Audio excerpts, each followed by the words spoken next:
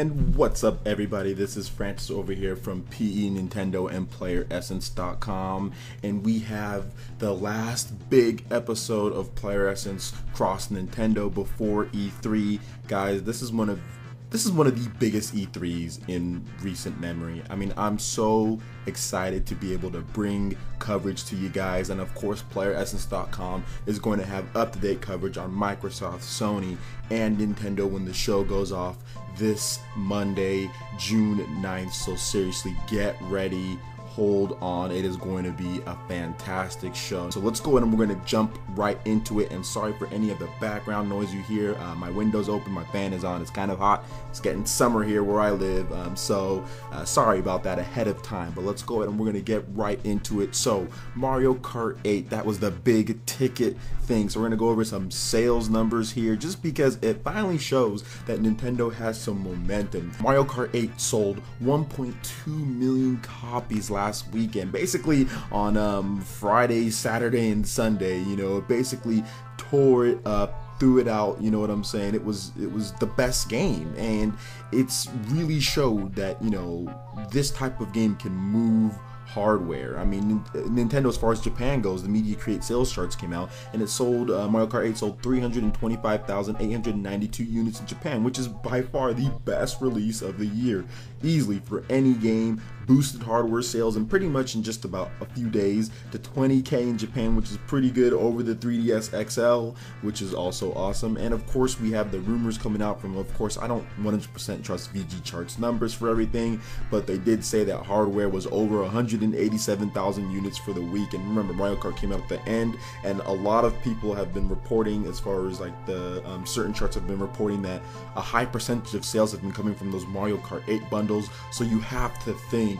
that with more time on the market, because remember, Mario Kart 8, these sales are only tracked for the weekend of when Mario Kart 8 came out, and that was when the bundle was available. Of course, it wasn't available beforehand, so you have to think that more people went out and picked up this bundle, so we could see some of this momentum from Mario Kart even be sustained. A lot of the users on my site were like, oh yeah, but this is great that it's selling, or that it could potentially be selling, but we need to sustain momentum. And remember, I said Mario Kart 8 by itself will not save the Wii U, because I mean, as far as from what we know, the Wii U didn't sell, you know, 6 million units from Mario Kart, you know, like, so this has to be sustained. There has to be more games. There's still people that are on the fence, and they're like, okay, well, yeah, Mario Kart's great, Super Mario 3D World's great, okay, but where's another online game, or where's my RPG I can play, or where's this, or where's that, or where's my fighting game? So Nintendo needs to bring the goods, and they need to continue bringing it if they want to see the Wii U go. One game won't do anything for you. I mean, it'll help, but you still need more games. You still need more stuff. There are still people that need to go out and pick up the Wii U. But overall, great week for Nintendo as far as when Mario Kart came out. I've been playing it.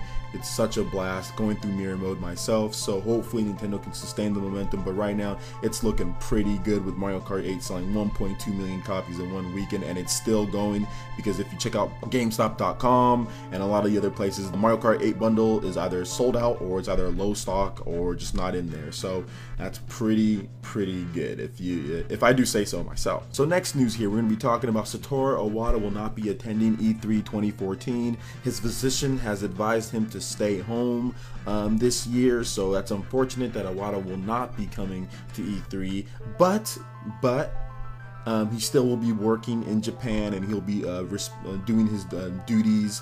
And not only that, but the shareholders meeting is on June 27th, I think, so he's probably preparing for that. I think he's going to have a lengthy topic on Mario Kart 8 and how that's helped, so I think he needs to get ready for that. There's bigger fish to fry, as the old saying goes. So Iwata's going to be getting ready for that. They're going to be letting Miyamoto, Bill Trinen, Reggie, let them hold down the stage, and trust me, it's going to be cool. Smash Bros tournament, so everything's all good from Nintendo's front. Alright, next we have expect big news from Monolith Soft's X at E3 2014. This was already a given, but Soryaga Saga, I think her name is that. I forgot exactly her name, but I know her last name's Saga. She is the wife of one of the producers of Monolith Soft's X, one of the main producers of the game, and she once again retweeted that Nintendo, hey, make sure you tune into Nintendo's digital event. And whenever she does that, there's always good news on Monolith Soft's X, but since this is E3, I'm pretty sure that this is going to be the creme de la creme, you know, the top dog. Like, they need to show the real name of this game. They need to show the release date. We need to know features. We need to know who's in it. We need to start knowing exactly what, because they've been so tight-lipped. So expect big news on Monolith Soft's X at E3 2014, and I will be super happy, and I am super hyped to see what that game has to offer. Alright, next we're going to be moving on to Square Enix. Will not be releasing any new information on Kingdom Hearts 3 or Final Fantasy 15 at E3 2014, and that is unfortunate. Both of these games are far off, guys. I remember in Square Enix's meeting that they had, investor meeting, when they announced like those extraordinary losses, or it might have been after, they said that it's not even possible for these games to come out until like March 31st, 2015, you know, so it's going to be after that, and there's no way you can release them anywhere near each other. So they might even slip into 2016. I mean, the fact that they're not coming to E3 just shows that there's still a lot of work to be done. I think Square Enix just doesn't have the time, nor do they have the teams, the big enough teams to create the type of games that they want to. They have the ambition, you know, Tetsuya Nomura, he has the ambition, but he just doesn't have the real team to do it anymore. I'm not sure if they can. I mean, remember, the people who created the old Square Enix game, old Square Enix Final Fantasies, all the really good ones, that was Monolith Soft basically, and Mistwalker. Both of those guys are gone. Nintendo owns Monolith Soft, and Mistwalker has their own thing, and they also have a rumored Wii U game. So the fact that, you know, those guys aren't there anymore, I'm just not sure if Square Enix, you know, they have their ambitions for what they want to do, but I just don't think that it can, you know, I'm not sure if they have the teams to be able to create games in a timely fashion. That's all I'm trying to say. Hopefully these games turn out great, and I know that, you know, they do have other guys that are very competent, but at the same time, you look at what's happening, you're just like, man, this development period's been absolutely insane. So we'll see what happens. Alright, next news here, we have Natusme will be having a Wii U surprise for E3 2014. On Twitter, they basically were teasing a couple Wii U projects, and we don't know what it's going to be. Could it be Harvest Moon? Could it be, I mean, I don't know. They have a staple of franchises they can go with.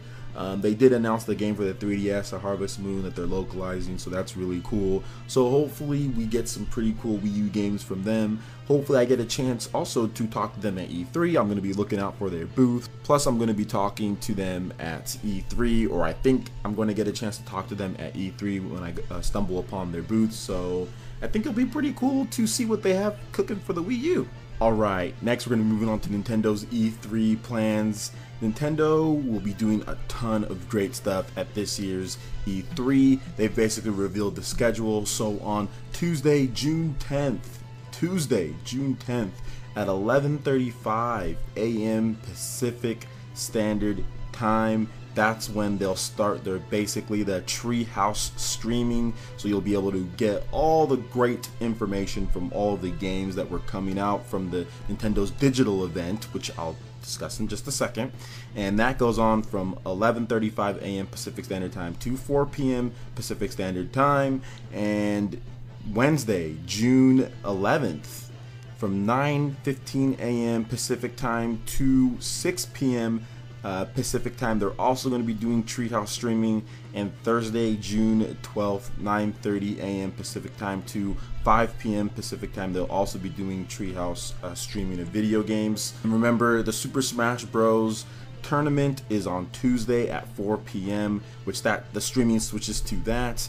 And the Nintendo's digital event is on Tuesday, June 10th at 9 a.m. You can watch that on PlayerEssence.com and on a host of various websites at Nintendo. So yeah, and also we have the Twitch TV streaming, which also has 4 Nintendo games on there. You can check that out on PlayerEssence.com. I'll have a link. You can see all of the different times that Twitch will be streaming, so that'll be cool as well. Alright, next, Zelda Williams will be doing something extremely special at this year's E3. She basically teased it, and of course, as you guys know, The Legend of Zelda for Wii U and Hyrule Warriors will be at E3 2014, so I'm pretty sure she's going to have some part in the show as far as maybe even the digital event. I don't know, who knows, but I think it's going to be really cool. Zelda Williams, she's a gamer, she's really cool. She's very level-headed, and she talks about things in a realistic perspective, and she's a gamer, she's a gamer. So she plays all the Legend of Zelda games, and it's going to be good to see what she has to offer as far as what she's doing with Nintendo at E3 2014. Alright, so that basically wraps it up for all the regular news that I have for you guys, but there's plenty more. We have an E3 tab. Go on PlayerEssence.com or check out the description below. They'll take you over to Player Essence, and you can check out all of the E3 information that we have. We'll be doing tons of coverage. I brought on some new writers, or I'm hoping to bring on some new writers today, so we're going to be tackling E3 as hard as we can. And of course, I'm going to be bringing you guys videos and coverage as soon as I get back from the show, and even from day one too when I come back, because I'm actually going to be commuting back and forth. I'm not going to be staying there both times. I live close enough to where I can drive both days, so it's going to be really cool. Alright, so next we're going to move on to my predictions of E3 2014. This is going to be pretty crazy here, guys, so let's go and we're going to get into it. But I think it's realistic crazy, it's not anything that's like too far out there. But okay, so Shin Megami Tensei Cross Fire Emblem is going to be mind-blowing, and it's going to have online multiplayer. And the reason why I think it's going to be mind-blowing is because it's Atlas and Intelligent Systems making a game. You guys already know, I've talked about this a million times. This could be the greatest game ever made, in my opinion, if it does things right. Yes, and now many people will be like, oh, well, online multiplayer, why would you do that? Well, I think it's going to have some type of online multiplayer to where you play as fractions, like to where you play as maybe even up to 4 people, and you can play as different fractions against each other, or even a co-op mode. I just think there's going to be some type of online multiplayer integrated into this thing. It's not going to be a completely single player experience. I just think that there's going to be something else that they're going to add to it that's going to make it dynamic, and I think that online multiplayer is going to be that. So we're going to have to wait and see. They might not even announce Shin Megami Tensei Crossfire Emblem. I'm not even sure if it'll even be at E3. I hope it's at E3. I'm pretty sure it'll be at E3, but they might not fully reveal it. They might just show the first gameplay trailer, because I think that's a 2015 title. Alright, next we're going to move on to Monolith Soft X, and yes, it will have online multiplayer, but it will not be complete online multiplayer or completely like drop it in, drop out online multiplayer like New Super Mario Bros. Or like Super Mario 3D World. I think it's going to be restricted multiplayer, kind of like Dark Souls, something to where you have to do something, or in certain situations. It's not going to be something that's completely free and drop in and drop out. It's going to be something, maybe certain mode or different type of thing, but it's not going to be doing the single player experience, because I just don't think Monolith Soft would make a game that's completely dependent on multiplayer from the very beginning, or not completely dependent, but something to where you can just play the story mode and everything with a bunch of people. Just you know how RPGs are. There's a lot of talking. There's a lot of other stuff like that. I'm not sure if it's going to have multiplayer throughout the whole thing like that. So I think it's going to be a separate mode, or it's going to be restricted. It's going to be something different, not single player, or like story based where you go through the regular campaign with multiple players. I just don't think that's going to happen. All right. Next, we're going to move on to my next prediction here, of course, and Mario Kart 8 gets DLC tracks, characters, and modes announcement. A lot of people have been a little upset with some of the, the battle mode, and just basically some of the track selections with the retro and stuff like that, and even the characters. I think Nintendo basically brings out or discusses the first track pack or DLC pack, and it's going to bring like 4 extra, a whole new cup. It's going to bring 4 characters, and it's going to bring maybe an additional mode or something extra to add to the mix, or maybe even something for online. So I think that's what they're going to do with their first Mario Kart 8 DLC pack. It's going to be like $9.99, and it's going to be coming out probably later this year. That's what I would think, or at the end of summer. So we'll see about that. My next prediction is Pokken Fighters is revealed in full, but not at the Nintendo Digital event. They'll show something on it, but basically what they'll do, they'll reveal the game in full after the Smash Bros tournament. They'll show that off, and I think they'll show a lot more than they did. That's what I would think that they would do. It's a fighting game, esports, so I'm thinking that they're gonna show off the big reveal at the end of the Smash Bros tournament. So that's just my personal thing of what I think they're going to do. They're going to show just like a short trailer at the digital event, and the full reveal at the Smash Bros tournament at the end. Alright, next we're going to have Star Fox, F-Zero, and Metroid will all be showing off in some capacity at Nintendo's digital event, whether it's through trailers, whether it's through teasers, maybe some for the 3DS, some for the Wii U, maybe some for both with connections between them. I think that there's definitely going to be all three of those games showing off in some capacity at Nintendo's digital event.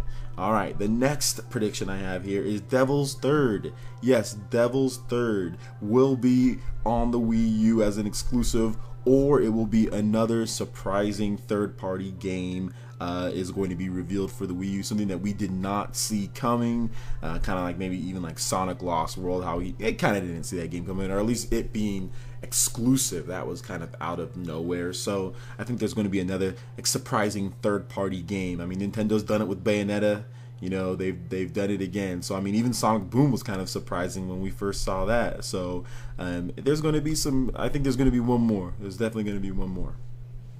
Alright, next, Miyamoto's new game is revealed, and it's NFC related, and it uses all the different control schemes to play the game. So you're going to have, I think you're going to be able to use NFC figures, and you're going to have to use one person with the Wii Remote and Nunchuck, one person can use a Pro Controller, one person can use the Wii U gamepad, one person can use a Wiimote on its side.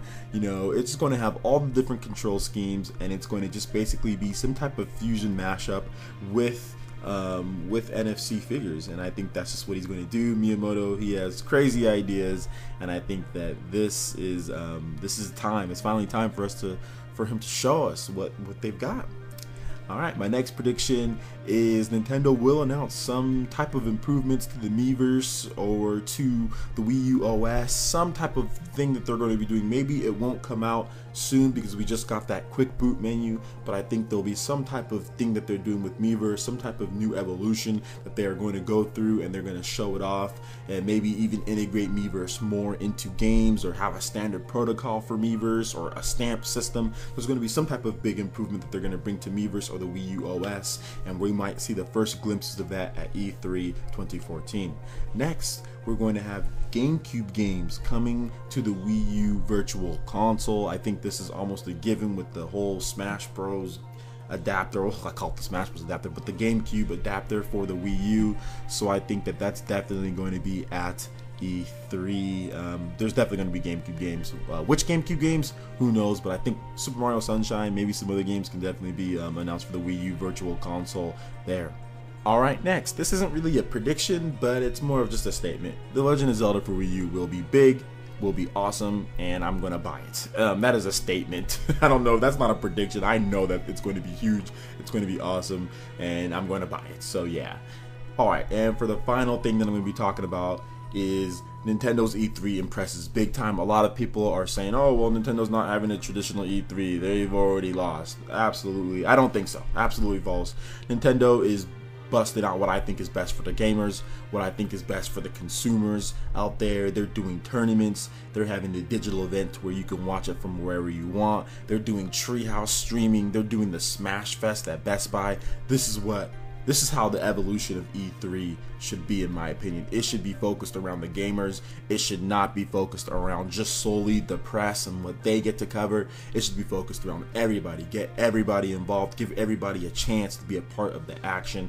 And that's what Nintendo is doing. And I cannot wait to be a part of all the festivities. E3 with Nintendo, the digital event, the Treehouse, the Smash Fest, all of that stuff is all good, and Nintendo's E3 will impress big time, and we're gonna get a couple copycats for next year, especially after this show goes down so well. Nintendo finally turns things around for their business, for the Wii U, for the 3DS to a degree, and it's just going to be awesome. It's going to be an awesome event. So make sure everybody, you guys, tune into PlayerEssence.com. We're going to have, like I said, tons of coverage starting on Monday, covering Microsoft, covering Sony, of course the digital event. I'll be there. You're going to be having videos going up late, so trust me, this is going to be really good. Alright, so that basically wraps it up for this episode. Remember, everything that I talked about can be seen in the description below. Make sure you check that out on PlayerEssence.com. Make sure you like the video if you did. Check it out. Like us. It helps us spread our content across YouTube. Give us a subscribe if you like the content, especially with more videos coming straight from E3. So definitely subscribe if you're someone new. Alright, so that basically wraps it up for this show, and we will see you guys at E3. Peace.